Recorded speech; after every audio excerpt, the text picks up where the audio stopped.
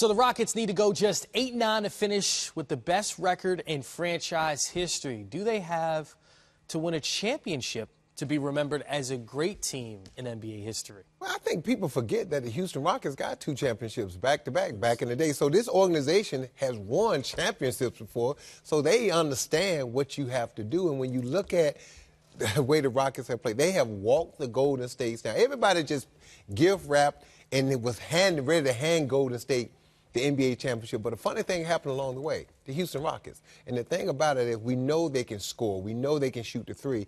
But the thing I respect about them, they play D now, and they take what you give them. If you chase them off that three-point line, they'll take the easy two. And I think you got to give a lot of credit to Chris Paul for that mentality right now. And you can say what you want about Chris Paul, Karan.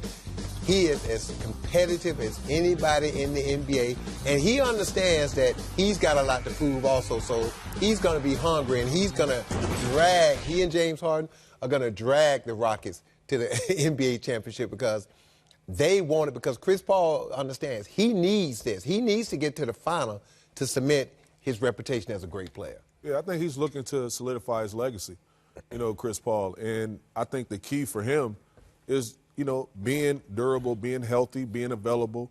And that's one of the reasons why he really elected to go to Houston. He wanted to play alongside a bona fide superstar in James Harden, a guy that can create opportunities for himself and his teammates. And he can be that B option where he can feed off him and be consistent. And that's exactly what you're seeing. I did not think that this thing can work because Chris Paul is a guy that needs the ball in his hand as well. But they have proven so many of us wrong. So what's the most important factor for the Rockets in the postseason? Because clearly it worked in the regular season. I think it's health, and I think it's defense and knocking down shots. They're going to play with pace. They're going to score the ball because they're so talented. That's just a luxury that they have. But at the same time, on the defensive end of the floor, they're going to have to buckle down and get stops. And with Chris Paul being a perennial defensive all-NBA guy, he's going to be one of the guys that lead that. James Harden is going to have to buy into that side of the floor, which he has done. He's just solidified himself as this season's MVP, and he has to continue to do that during the next season of the playoffs. Coach, James Harden has struggled in the playoffs. Chris Paul, if there's one blemish on his great career, it's the fact that he hasn't made it to the finals, right? And if you look at Mike D'Antoni, what do people say about him? Comes up a bit short in the playoffs. When they get to the postseason and they get in a tight series, is that something you think will be in their minds somewhere, something that will play with them psychologically? No, not at all. Look, one thing I read about Mike D'Antoni, he said for all the success he had in Phoenix, he said we didn't go all in with this style.